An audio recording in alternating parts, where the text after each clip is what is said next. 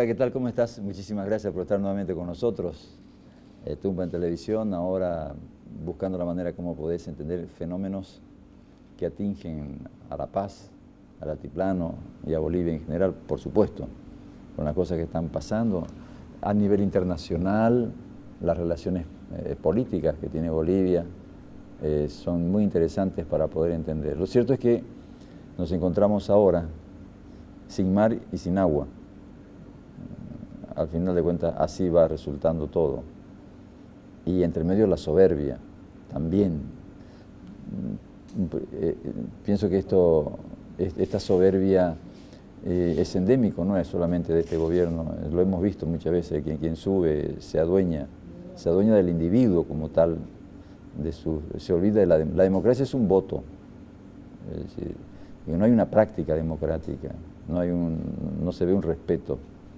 Entonces, esencialmente no somos un país democrático en la extensión así un poco amplia de la palabra. Se ve los datos, las cosas que vemos, las estamos viviendo, y es en ese sentido que, por lo menos el programa, hasta donde se ve, que se ve acá en el departamento de Santa Cruz, buscaríamos un cruceño mucho más democrático, más que sea un ciudadano no por obsecuencia, sino por conciencia. Hace falta una maduración en ese sentido. Estamos conversando hoy con Boris Crespo, que es la primera vez que está con nosotros acá en la televisión. Muchas gracias, Boris, por estar acá, muy amable. Al contrario, para mí es el reconocimiento y el agradecimiento por haberme invitado a esta mesa tan importante. Boris, vos sos de profesión comunicador social. Comunicador social, ¿no? Y trabajás en La Paz y... Sí, bueno, prácticamente he trabajado en La Paz casi los últimos 30 años de manera intensa. ¿Sos de La Paz? Sí. Soy potosino, pero crecí en La Paz y me establecí desde los 5 años, de manera que podría decir que sí, paseño, soy paseño de vida y ejercicio, dedicado a la educación superior y a la investigación. A propósito, entre un paseño y un urugueño, ¿hay diferencias de cultura? ¿Se puede, hay forma de diferenciar? Sí, ¿por qué no? Claro que sí. Lo que pasa es que La Paz hace ya muchos años se ha constituido en una ciudad cosmopolita por el mismo hecho de ser sede de gobierno. Y el paseño en sí es aquel que está establecido, que tiene trabajo y que de alguna manera vive y coexiste en ese entorno citadino y en el departamento y lo apropia. Y eso le ocurre a todo ser humano. Las diferencias culturales entre los urugueños, es decir, el hombre occidental, son muy débiles, ya que el altiplano, la configuración de las montañas, las cordilleras, hacen y crean en el ser humano una sensibilidad muy particular. Nos invita a los que vivimos en esa zona a la reflexión, a la introspección. Somos a veces muy poco expresivos. En general, ¿no? Urugueño, potosino, tienen la misma cosmovisión. Sí. Somos muy contemplativos y ese estar siendo contemplativos hace que en muchos casos la explosión de aquello que puede llamarse la opinión en libertad y responsabilidad tenga diferentes formas de canalizarse en lo social. Una persona que es muy contemplativa, que es muy tolerante, que tiene ciertos niveles de reparo en expresar abiertamente las ideas y las opiniones, en momentos de crisis lo hace de manera directa, a veces violenta y abrupta. Con eclosión. Eclosiones sociales que de alguna manera se justifican por ese tipo del ser en el estar siendo andino, digamos. Lourdes Cabero, gracias por estar acá. Esta es la cuarta o quinta vez que estás acá, ya nos colabora siempre. Gracias por estar acá, muy amable. Gracias a ti, Oscar, porque siempre es una oportunidad de aprendizaje y una oportunidad de interacción con los que nos ven. Algunos me comentan y me dicen, increíble los programas, cómo te ayudan un poco a visibilizar los problemas, pero también te invitan a reflexionar, ¿no? Muchas gracias. Pues sabés que estaba leyendo algunas literaturas, sobre todo de la época de presidente Alfonsín en la Argentina, y bueno, fue una época de apertura, se salía de una dictadura bastante fuerte, dolorosa, le tocó a él el trabajo, ¿no? Y era el estudio sociológico de aquel momento. Este hombre dialogador se lo veía cansado en cierta manera, porque tenía que enfrentar las juntas militares que habían, historia conocida por todos nosotros, ¿no? Pero la enorme diferencia era entre este militar que prácticamente modulaba palabras, pero dando órdenes, donde no se les movía una mueca, no aparecía una mueca cercana, una soberbia hundiéndose, que a final de cuentas, ya está la mosca que siempre nos acompaña, la invitada, se autoinvita. Así es, se convoca. Invadieron incluso las Malvinas con tal de zafarse, pero eso sí, ellos predicaban con una arrogancia de que realmente estaban en el poder porque un poco Dios los había puesto ahí, ¿no? Entonces, esta soberbia que de alguna manera es penada en casi todos los textos sagrados, probablemente si uno se remite a la Biblia es prácticamente la que más hace hincapié el acto de la soberbia, porque connota una negación y una especie de egoísmo extremo, una egolatría. Me gustaría, vamos a empezar con él, ya que es la primera vez que viene, y vamos a empezar por ahí. Algo de eso tenemos nosotros, se lo ve en Bolivia permanentemente, eso, para no irnos a otros países, para que quedémonos acá. La verdad es que los humanos somos proclives a atrevernos, y en el atreverse, el desconocimiento y la ignorancia vista como la falta de experiencia y reflexión sobre los actos de la vida. Cuando uno no reflexiona sobre los actos de la vida, sino vive la vida en función de lo que le conduce el cotidiano, de alguna manera no aprende, y ese no aprendizaje implica ignorancia. Y la ignorancia lo que hace es cargar sobremanera el sentido emocional del poderlo todo.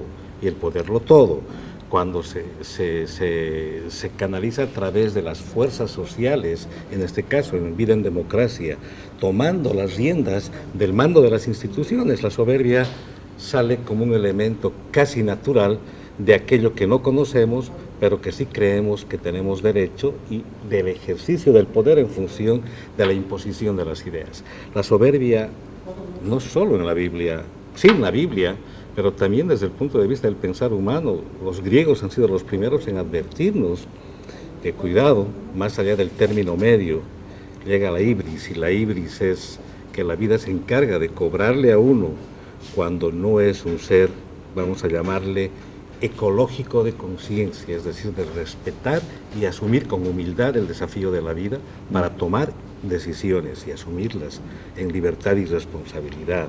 Ese es el problema.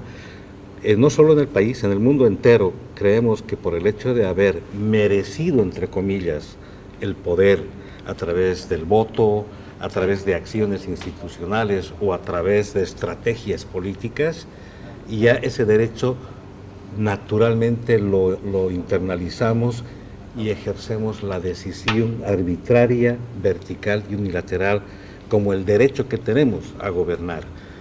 Y más allá de eso, ¿dónde está la justicia? ¿Dónde está el equilibrio? ¿Dónde está el sentido del bien y del mal que ontológicamente todo ser humano debería preguntarse y reflexionar sobre ello? No lo tenemos.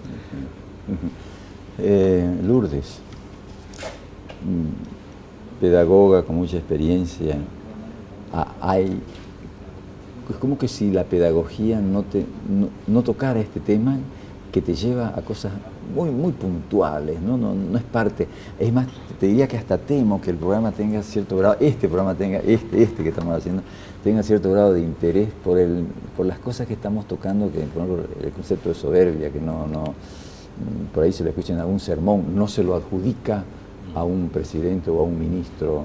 Recuerdo que una ministra decía, donde manda ministra no manda prefecto en aquel tiempo, por ejemplo, ¿no? Es decir, el embanderarse. Pero esto es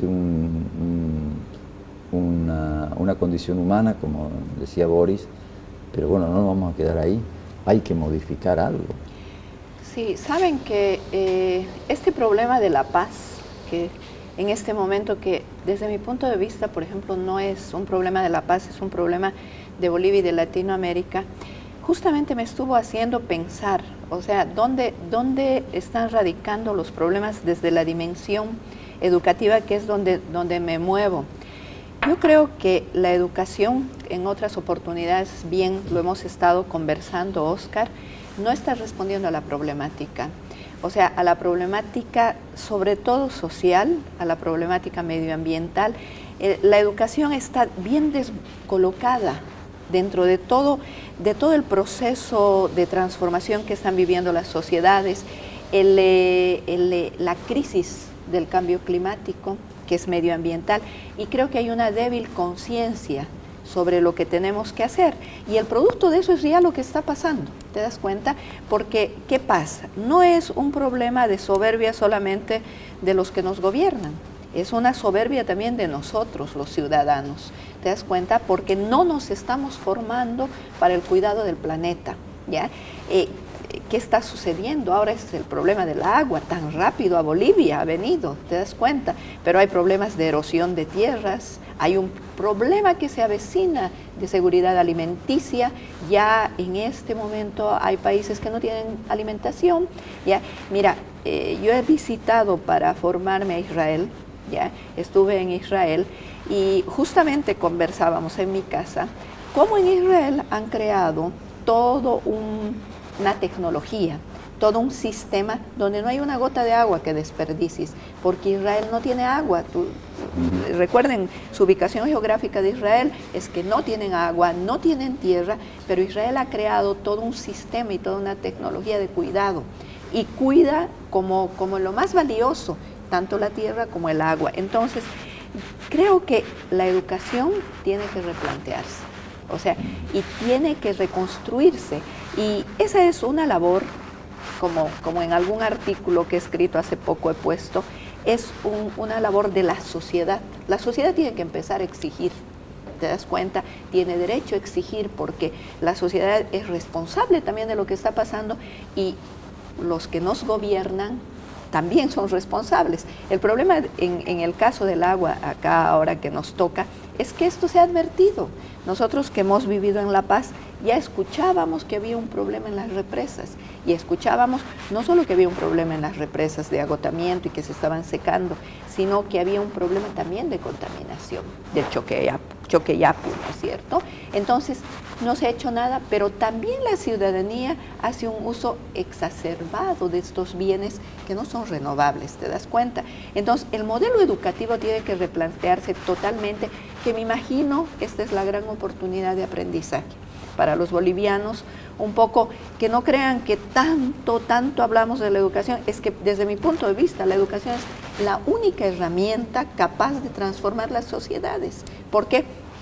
Porque, por ejemplo, ahora en la Avelino Cignani te plantea educación fuerte en valores, educación para el cuidado y la armonía con la madre tierra, pero cuando llegan a las aulas, ni el profesor ni los grupos podemos hacer mucho. ¿Te das cuenta?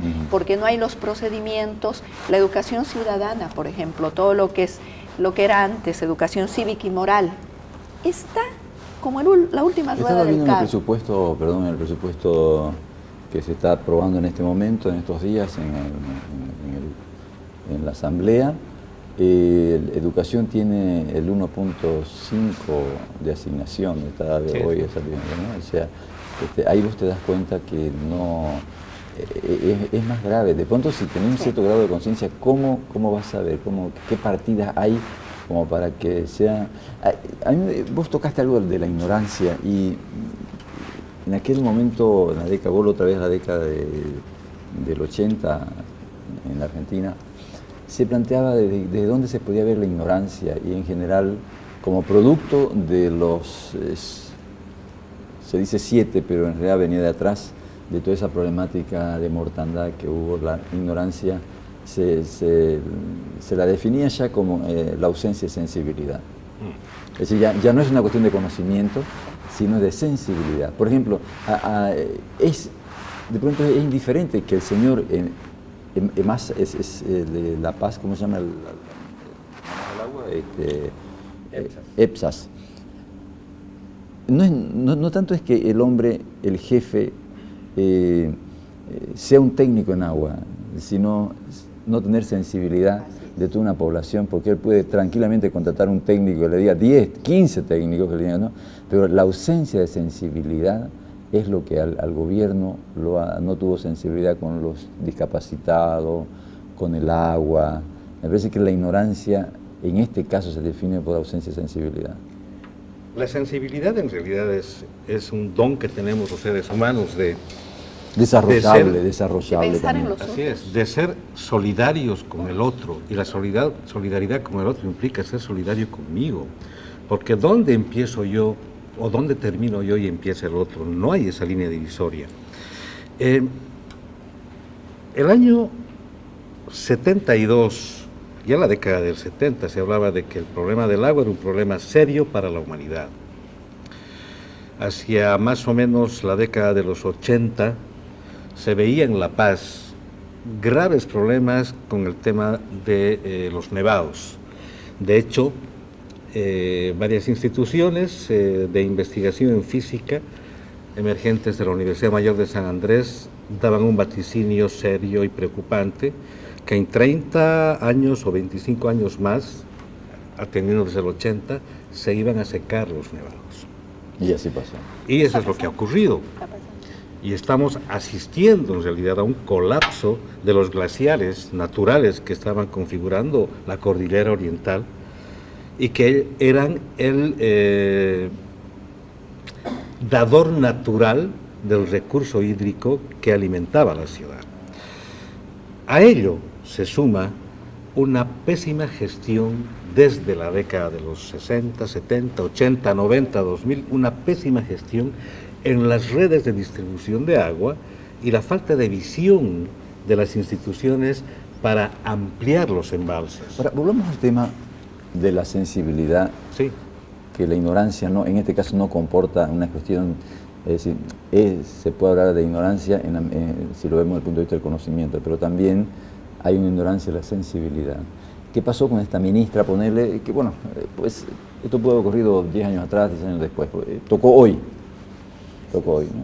Esta ministra no tuvo sensibilidad, porque me imagino que es la cabeza del sector, la ministra de Agua. No tuvo sensibilidad con la población. Yo puedo pensar, y me gustaría que me corrijan si no es así, que ella desarrolla una sensibilidad en estos países, no es con la población, con el individuo, con el sujeto, sino desarrolla una sensibilidad con el jefe que le da el lugar. Y con eso basta. No importa los 2 millones que hay en La Paz, ahí me imagino en la ciudad, digamos, ¿no?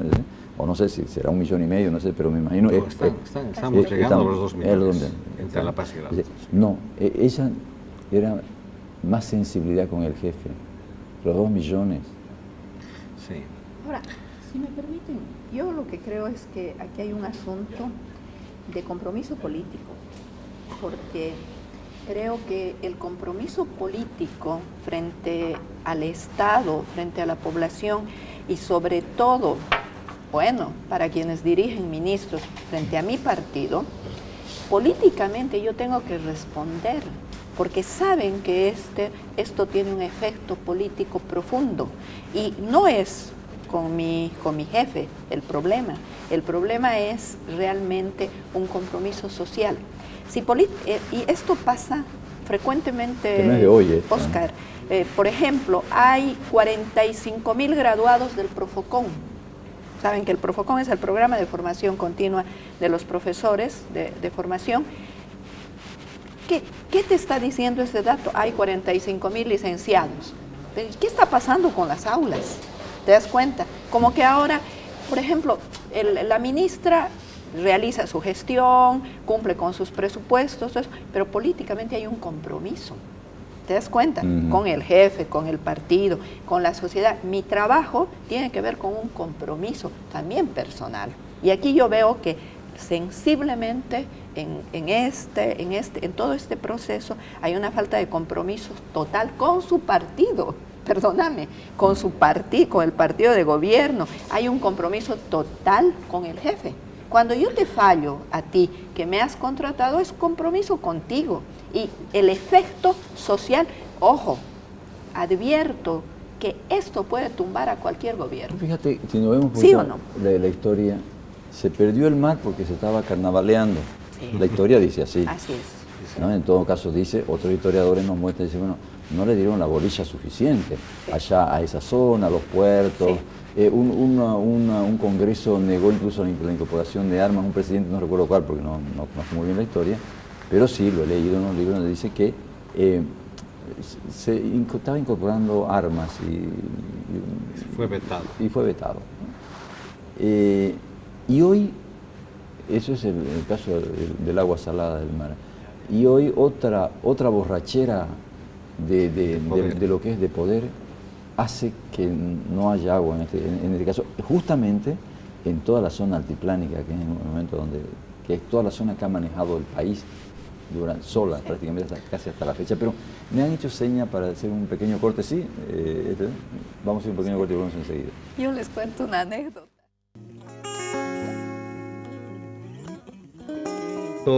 Simplemente por el hecho de conveniencia de que tengo que estar en la palestra política para mantenerme vigente, para representar un cúmulo de intereses particulares o grupales. Si tenemos la responsabilidad de asumir la conducción del Estado desde una institución X, tenemos la obligación de leer la necesidad, leer el país, leer la realidad. ¿Qué es lo que pasa? En el agua, en La Paz, EPSAS desperdicia el 40-45% del agua que se distribuye en épocas de sequía o en épocas de bonanza de agua. El 45% del agua en la red de distribución se pierde.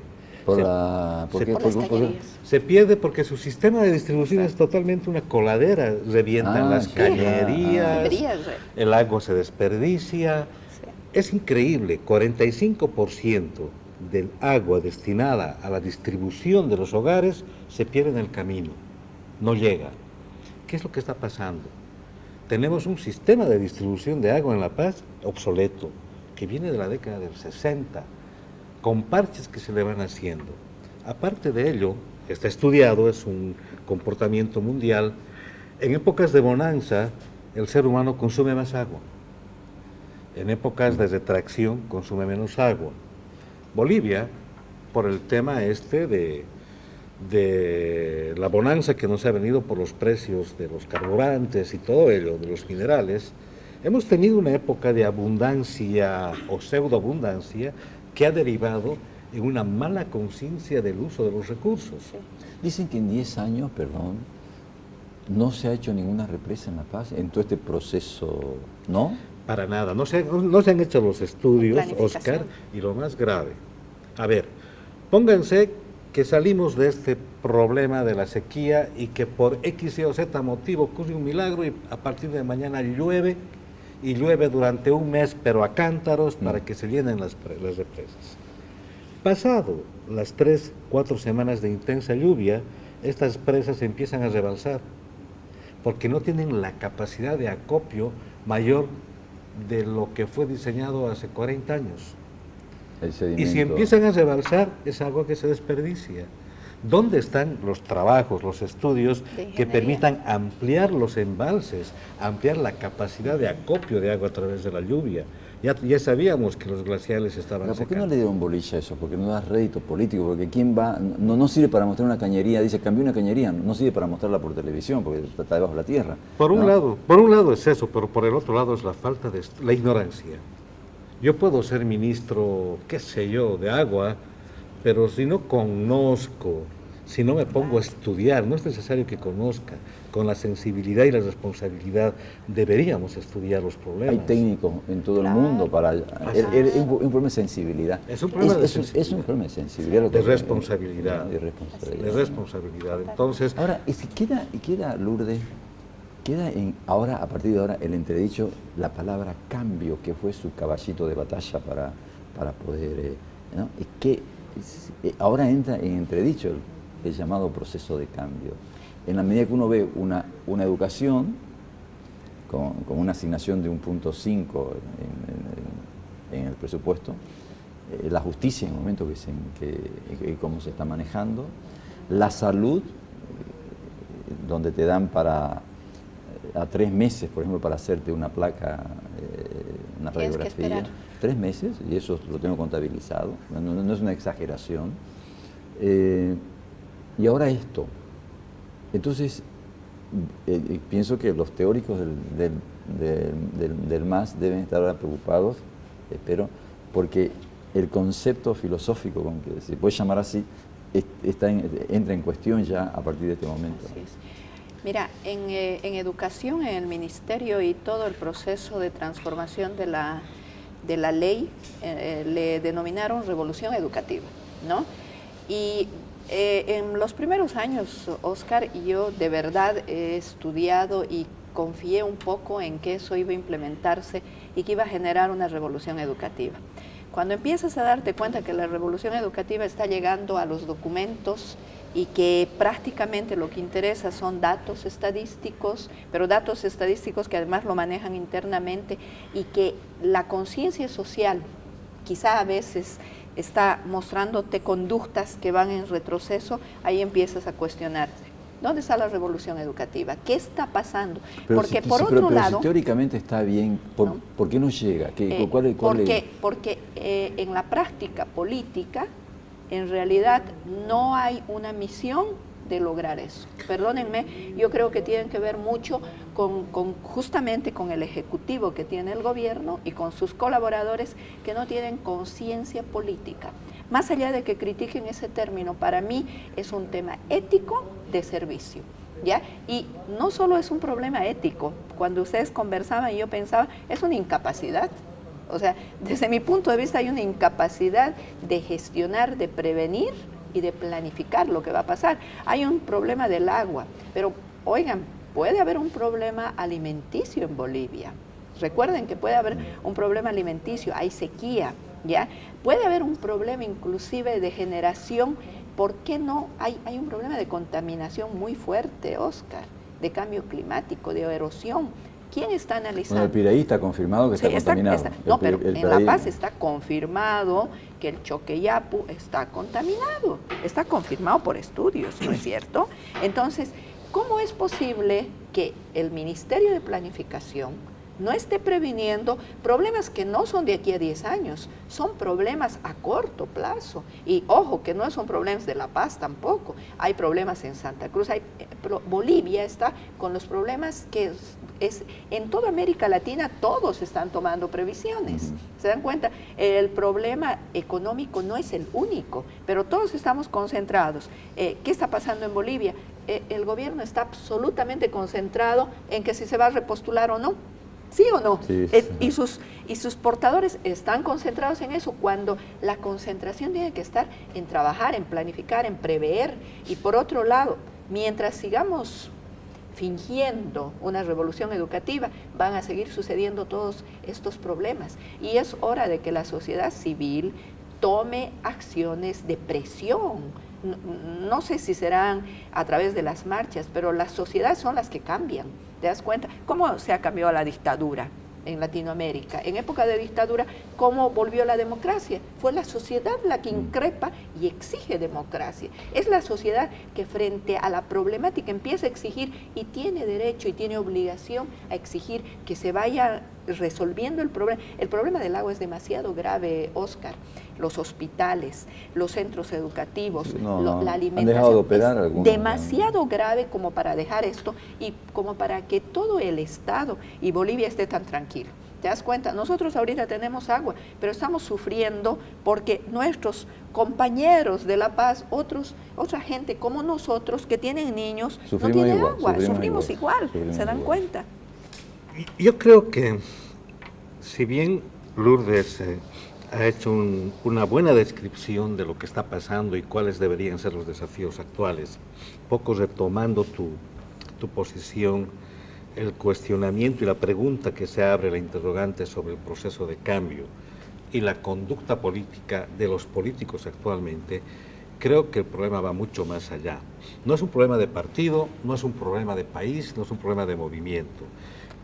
Lamentablemente hemos abierto el telón y estamos abordando el siglo XXI con los vaticinios más serios y duros de lo que puede pasar al planeta y al mundo entero si es que los humanos, los seres humanos, no tomamos conciencia directa y en acto de lo que va a ser de aquí a futuro nuestra realidad. El proceso de cambio no es un discurso mero que sea abordado por un partido de gobierno, por un movimiento o por una ideología X. De verdad, el mundo está en un proceso de cambio. Hay un proceso de mutación de la conciencia humana y tendremos que los seres humanos, a través de las instituciones mundiales, a tomar decisiones reales. A ver, ¿qué estamos haciendo con nuestro planeta? Y ojo, que el planeta no solo debe ser visto como la casa donde vivimos los seres humanos. En realidad, el planeta en sí, la globalidad del planeta, tiene un escenario de la vida de la cual nosotros somos parte y nos identificamos con él. El cambio climático, el mundo de la escasez de alimentos, el mundo de la escasez y el derrumbe de las sociedades y de las construcciones sociales y culturas de una modernidad agotada, debe abrirnos el telón a un nuevo momento. ¿Qué mundo tenemos que abordar? ¿Qué mundo van a abordar nuestros hijos? Es el mundo inmediato, donde no va a haber agua, o donde el agua va a ser un recurso escaso, donde no vamos a tener alimentos a disposición como lo teníamos o lo veníamos haciendo, donde van a haber cada vez más serios problemas políticos, sociales, económicos, antropológicos, de interculturalidad, que nos pueden llevar a serios riesgos de enfrentamientos muy grandes. Lamentables. Este nuevo mundo se abre y nosotros, como bolivianos, como cruceños, como paseños y como parte de este derrotero, ¿No parece a ustedes que seguimos quizás la población tenga que tener cuidado cuando te venden espejitos? Por ejemplo, Banzer prometió pan, techo y trabajo, y la gente orden, paz y trabajo. Orden, paz y trabajo, y techo más, los trabajos no. Sí, el gran porcentaje de los bolivianos trabaja en forma que no es estructurado, se las rebusca por ahí, ¿no? Pero le ponían el voto, con esa esperanza de espejito, ¿no? Después vino Bónico y prometió 500.000 empleos, y la gente también le puso otro espejito. Y ahora viene el proceso de cambio, otro espejo, digamos. Mira, o sea, ya no es tiempo de creer en espejo. Déjenme ir un pequeño corte y vamos enseguida. Ahora, otra cosa,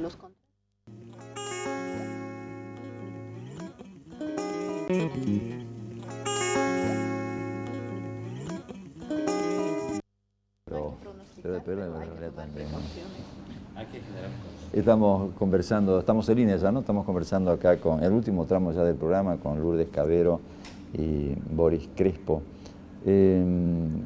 Boris de La Paz y, bueno, potosino, paseño o orureño, potosino, paseño, y Lourdes Cavero de Cochabamba. Aiquileña. Aiquileña. Yo soy aiquileña. Aiquile, de Cochabamba. De Cochabamba, sí. Pero también me identifico mucho con Santa Cruz. Con Santa Cruz, ¿no? Sí. Estos procesos de que decíamos, estos espejos, nos deben llevar, ¿no?, a manejarnos. Hay un pensador, David Hume, inglés, y él decía, la humanidad, 2000 años de política es muy poco para que nos manejemos bien. Decía él, somos aprendices en política, todavía no han pasado ni 3000 años de esta manera de manejarnos. Es decir, el ser humano, decía él, va a pasar por lo menos 1000 años más para que podamos manejarnos políticamente. Creo que algo de razón tiene. Mira, somos tan jóvenes en el mundo de la creación del universo. Carl Sagan hizo un interesante ensayo, bueno, él ya ha muerto, pero un cosmólogo de muy alta talla. Hizo los cálculos de reducir la creación desde el Big Bang hasta nuestros días en un año, reduciendo todo a meses.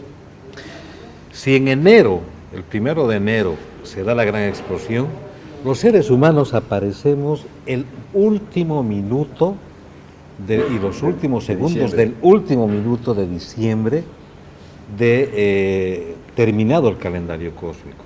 Es decir, que no es nada. Es nada. Y los seres humanos, y esto es lo grave, tenemos ahora la capacidad tecnológica de destruir 14 veces el planeta. La capacidad tecnológica bélica de destruir 14 veces el planeta. ¿Qué decisiones tomamos? Y aquí hay 3 elementos claves. La conciencia social, la conciencia ecológica para generar una conducta ética. Y esto nos lo plantea Maturana en un interesante libro que se llama El sentido del humano, donde se nos advierte que si no actuamos bajo esos 3 grandes pilares, posiblemente seamos una pequeña experiencia de los últimos 15 segundos del último minuto del 31 de diciembre y dejemos de serlo. Porque la Tierra está saludable, la Tierra y va a resistir cualquier tipo de embate. ¿Quiénes le estamos causando daño a la Tierra? Es posible que desaparezcamos. Pero fíjate que, tomando la línea que ustedes están manejando, si somos jóvenes, es difícil, planteaba este filósofo, es difícil, todavía no hemos llegado al punto del manejo político de una sociedad. Y por lo tanto se llega a esto que pasó. Si hubo un presidente llamado Evo Morales, él designa una ministra y dice, el agua la manejamos nosotros. Y todos los individuos callados. Sí. Este es el hecho, digamos, perverso al cual apuntaba este filósofo inglés, David Hume, ¿no? Es decir, esto es lo que hay que invertir. Y eso ocurre, según él, por la juventud política que tenemos todavía, de delegar enteramente en manos de alguien, es decir, no sé, toda la responsabilidad. Un grupo, sí, y resulta que le estoy entregando mi vida, porque puede haber, tomamos el caso de La Paz, una epidemia, puede haber lo peor se puede esperar ahí en cualquier parte, o en otros lados. Es decir, este manejo político entre sociedad y gobernante pasa obviamente por el poder, en donde el poder va a estar adosado al tener y no al ser. Y no al ser. Y eso es lo que ha pasado. ¿Qué está amenazado hoy en La Paz? Así, estamos todos amenazados.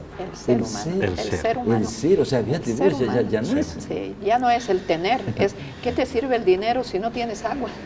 ¿No?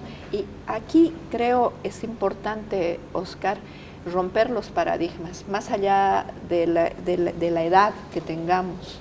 O sea, todos estamos viviendo la problemática, los jóvenes, los adultos, los ancianos y todas las clases sociales. Y creo que hay que romper los paradigmas y eso aprovecho para Santa Cruz. El crecimiento económico y el consumo desmedido y seguir en el carro corriendo sin mirar para ningún lado, lo único que hace es que sufras un accidente. ¿Te das cuenta? Y el accidente es que se te colapsa todo lo que está pasando. Y ahí no te sirve nada, porque cuando colapsa, o sea, se empieza a destruir. Y hay que romper el paradigma y hay que empezar a remirar, cuidarnos entre nosotros, pensar en los otros. Ayer yo pensaba y decía, ¿por qué no mandamos agua a La Paz? Gratis, de acá. ¿Por qué no mandamos agua? De Santa Cruz, ¿por qué no mandamos agua? Porque en los hospitales han suspendido las cirugías, ¿no es cierto? ¿Por qué no mandamos? Y se distribuye gratis el agua, ¿te das cuenta? Porque la otra cosa es que se está sospechando que el agua que está llegando esté contaminada, ¿ya? Pensar en los otros, cuidar y empezar a pensar acá un poco de manera solidaria también. Y solidaridad es empezar a dejar de consumir tanto. ¿Te das cuenta? No me sirve mi teléfono, compro un nuevo teléfono, la cantidad de botellas, la cantidad de descartable que empiezas a tener. Creo que es romper el paradigma y empezar a pensar y no esperar que tengamos miles de años para actuar tanto políticamente como individuo. Yo creo que es un tema realmente de conciencia que ojalá en las escuelas se pueda también conversar, en la educación se pueda hablar y ver cuál es mi responsabilidad como ciudadano. ¿Te das cuenta? Porque no se ha abordado esto. En la escuela se estudia la contaminación ambiental y basta parar, pero no estamos trabajando mi conciencia personal y social. Esta conciencia, y retomando la reflexión sobre el ser y el poder, el ser humano sujeto y sujetado en el poder es un ser humano irresponsable y no libre, lo dice Heidegger. El ser que se libera es el ser responsable que asume su contingencia, el que mañana me puede pasar cualquier cosa, mañana puedo morir, salgo de acá y puedo simplemente sufrir un accidente o enfrentarme con alguna situación X que cambia el escenario de mi vida. Sí. El ser contingente nos obliga a darle sentido a la vida en el vivir para responder responsablemente en libertad. El poder te atrapa, el poder te domina, el poder lo único que hace es dirigir la vida hacia escenarios interesados de construcciones de discursos huecos. El mundo de la publicidad, el mundo del marketing, donde se dice que debes comprar, donde se dice que debes leer, donde se dice que debes tener, a contrapelo, encontrar el mundo de la contingencia, es encontrar el mundo de la autenticidad del ser, donde si nosotros vamos a ser responsables a través de un ministerio, a través de una dirección, a través del sentido de la vida de la familia, como jefe de familia o como miembros de una familia, asumir la vida con el desafío de la responsabilidad de dar respuesta a los problemas contingentes y urgentes que nos abordan. Solo así vamos a poder traspasar. Que acá, por ejemplo, la zona del Amboró, de Porongo, que es una zona, lo están defendiendo acá voces ciudadanas. No se ve autoridades pronunciarse, al contrario. La comunidad. De la comunidad. Sí. Ahí vos tenés el caso de Porongo, por ejemplo, donde brilla el tener. Te ofrecen todo, paraísos, aguas, mares, azul, el color que vos querrás. Mar adentro. El tener y está amenazando el ser cruceño a poco. Al boliviano. A poco, al boliviano. Al boliviano. Entonces creo que estas reflexiones son importantes o pueden ser insulsas para la población ahora también. Capaz que esto que estamos diciendo no tiene ningún valor. Pero ¿de qué te sirve tener si no tienes agua? Pero después estamos fuera de foco, no, hasta que venga. Ya los quiero ver. Hasta que de pronto venga una hecatombe. Probablemente, como me decía este paseño que me encontró ayer, me decía, yo soy uno de los que tenemos que copiar el modelo cruceño. Y yo le decía, pero en un poco que conversamos, y nosotros tenemos que ver lo que está pasando en La Paz para no cometer para que no nos suceda. Tenemos que mirar. El individuo acá tiene que rescatarse, no dejarlo en manos ya nomás del poder, porque amenaza el ser. Ahí está, el paseño es su ser lo que está cuidando ahora. Sí. Yo les agradezco, me han hecho señas que nos vamos. Gracias, Boris, muy amable por estar acá. No, para mí ha sido un enorme placer compartir contigo y con la teleaudiencia. Lourdes, como siempre, muy amable. Gracias a ti, muchísimas gracias. Es un temazo, ¿no? Lamentablemente es un tema. Che, gracias a vos que nos estás siguiendo y te espero, obviamente, la semana que viene. Te mando un beso enorme, pasarla bien. Chao, chao.